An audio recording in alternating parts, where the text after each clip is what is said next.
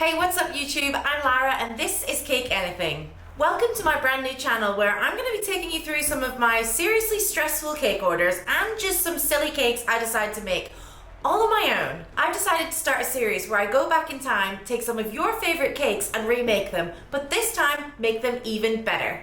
And to start off this season, since it's Christmas, I've decided to go with this cake. This was actually my very first gravity-defying cake. It may look kind of cool, but I can see a lot of mistakes. Like, for example, look at that face. I know the Grinch is supposed to be scary, but wow. So this time, I'm gonna do it better. And although you can't really tell from that picture, it's actually only about 3.5 foot tall. This time, I'm gonna make it life size. Also, back then, I wasn't opposed to using Rice Krispie treats like I am now. It's cheating. So this time, I'm gonna try and make the whole thing out of cake. And cake is pretty heavy. It's standing on one leg. I mean, it's not as if Christmas is very stressful in the first place. So I thought I'd make it a little bit more stressful, as I've only got 17 days to do this. You'll see my husband Nick dipping in and out to help as well. He kind of does all the stuff I don't want to do. Dishes, rolling out icing, delivering, you know, all that fun stuff. We do work well as a team, but we do have our problems as well. So yeah, let's just add a bit more stress to that too. So if you like cakes and you like the idea of watching people get stressed out while they make them, hit that subscribe button and stay along for the journey. Okay then, I guess I better get started. Let's see if I really can cake anything.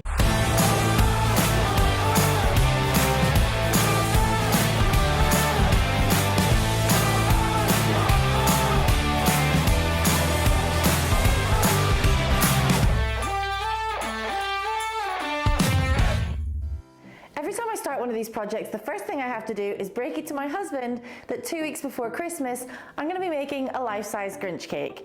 I mean, he takes things pretty well. He usually is up for going on many journeys with me, but sometimes it doesn't go great. Nick, can you come and help me move the kitchen unit, please? Yeah, what are you moving that for? This cake's going to be kind of big. How big? Like 5.5 foot? 5.5 foot. What are you thinking? It's Christmas in 2 weeks. Merry Christmas! Once the initial shock has passed and he's on board, we get to work. First of all, we've got to clear away the bench because there's just not enough room in here. This is a big space, but that is a really big cake. Then we're going to clean down all the units and get cracking. Although he's now fully on board, I'm not 100% sure he knows exactly how big this cake's going to be. So I print out a life-size picture and it's time to reveal it to him. Wish me luck.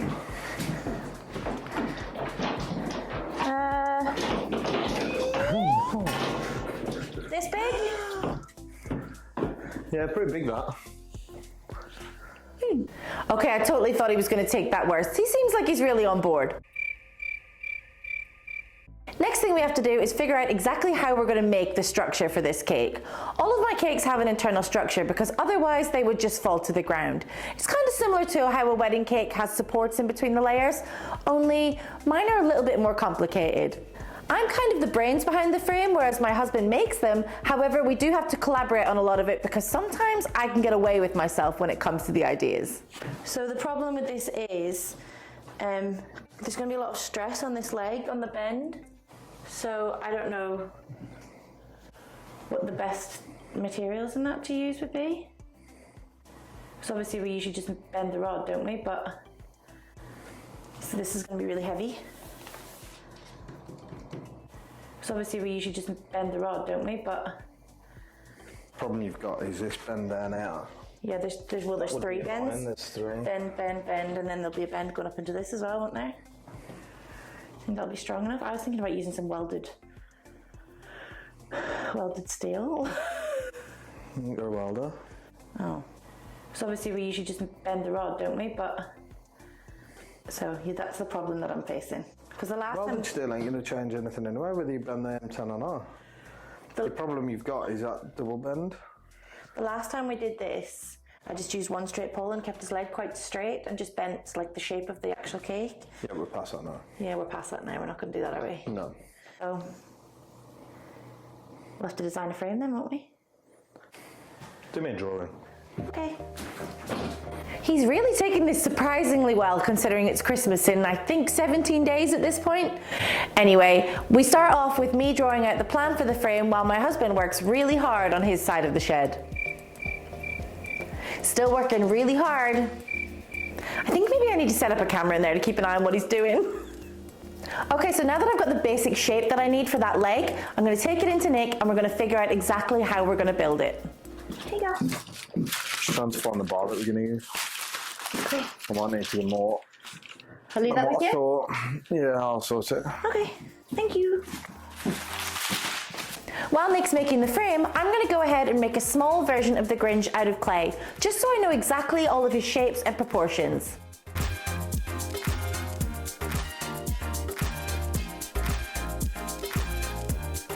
I really enjoyed getting the details done, however, it really wasn't very sturdy, so I did start to panic how I was going to actually make this like 10 times bigger and out of cake. With it being so close to Christmas, it was kind of difficult to get any resources. Everywhere had already started shutting down, so Nick did ring around to try and get some metal, although it took him, I think it was maybe 2 days to eventually get that metal. And in the meantime, I started getting really ill. I have a lifelong condition called sphincter of Oddi dysfunction, which is a bit of a weird one.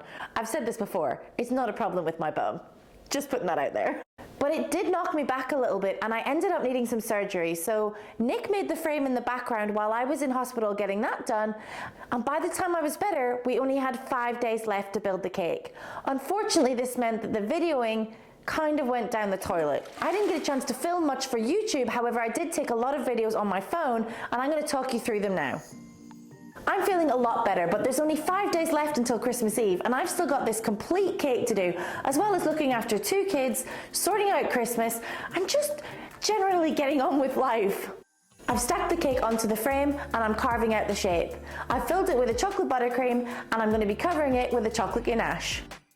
You'd think this was the hard part over. However, things always just seem to go wrong with projects like this, and with only 3 days to go until Christmas Eve, I contracted coronavirus. Although I didn't have any really bad symptoms, it now meant that the cake couldn't be consumed by anyone, but I wasn't going to give up on the project now. I wanted to get on with it, and I wanted to prove to myself that I could still do it. So I cracked on, and this is what happened. As you can see, I've finished all the carving, and now I'm going to cover it in a layer of chocolate ganache. The chocolate ganache locks in all of the freshness into the cake, and it gives you a really firm surface to put all of your modeling chocolate and fondant onto. Plus, it tastes really good. I started to add a little bit of detailing. As you can see here, I've added on the points of the toes, and then I got to town in sculpting the face. This is my favorite part. I wanted this cake to look super realistic, so I'm taking something called isomalt, which is a sugar substitute, and I'm pouring it into these molds. Then what I'm going to do is I'm going to take a little bit of icing paper, and I've printed out an edible image of an eyeball onto there. And then I'm going to take some of the yellow isomalt and pour it on top of the mold. Then when you demold it, you have these super realistic eyes. They've got some air bubbles in, so I'm just going to take a blowtorch and blow those out. Eventually, I'm going to cover it with something called edible glaze, which will make them really shiny and stop them from spoiling. Now, once they're done, I can add them to the cake. It's really creepy right now, but please bear with me while I sculpt it up. Eventually, I add hands and more details. Please remember at this stage, I am suffering from coronavirus, so although I'm trying my best, it's really taking it out of me to get this done.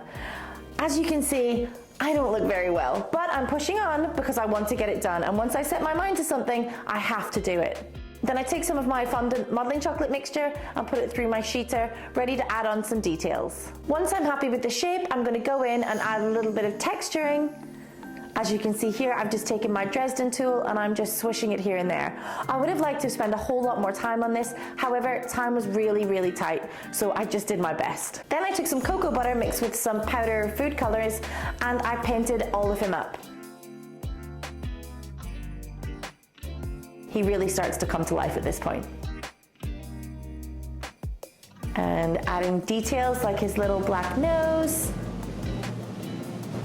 And there you have it, guys. I wish it could have been better, but I'm so proud of what I managed to achieve in such a short amount of time. And if you look back at the old pictures of the Grinch that I made before, I think you'll be able to see a vast improvement. There I am next to it so you can see for size. And here are the old pictures. I mean, I didn't actually think the first one was that bad, but now looking back on it, I'm like, wow, that is insane. The difference in 9 years is mad. And the crazy thing about all this is, Jim Carrey himself actually actually saw my cake on YouTube and shared it onto his Twitter, which just blew my mind. Not only that, but so many news channels from around the world also picked up on the story. I think I was on TV in America, in Amsterdam, in Australia, and I was in so many papers. It's just insane. Anyway, I'm so pleased that I was able to get it done. It was a really big achievement for me and my husband to get through it, but we did. I'm so happy with how it turned out, and I hope you'll join me next time to see what crazy things I make out of cake and what crazy things happen while I'm doing it. Don't forget, if you've enjoyed this video, to hit that subscribe button and join me on some more adventures. Bye guys.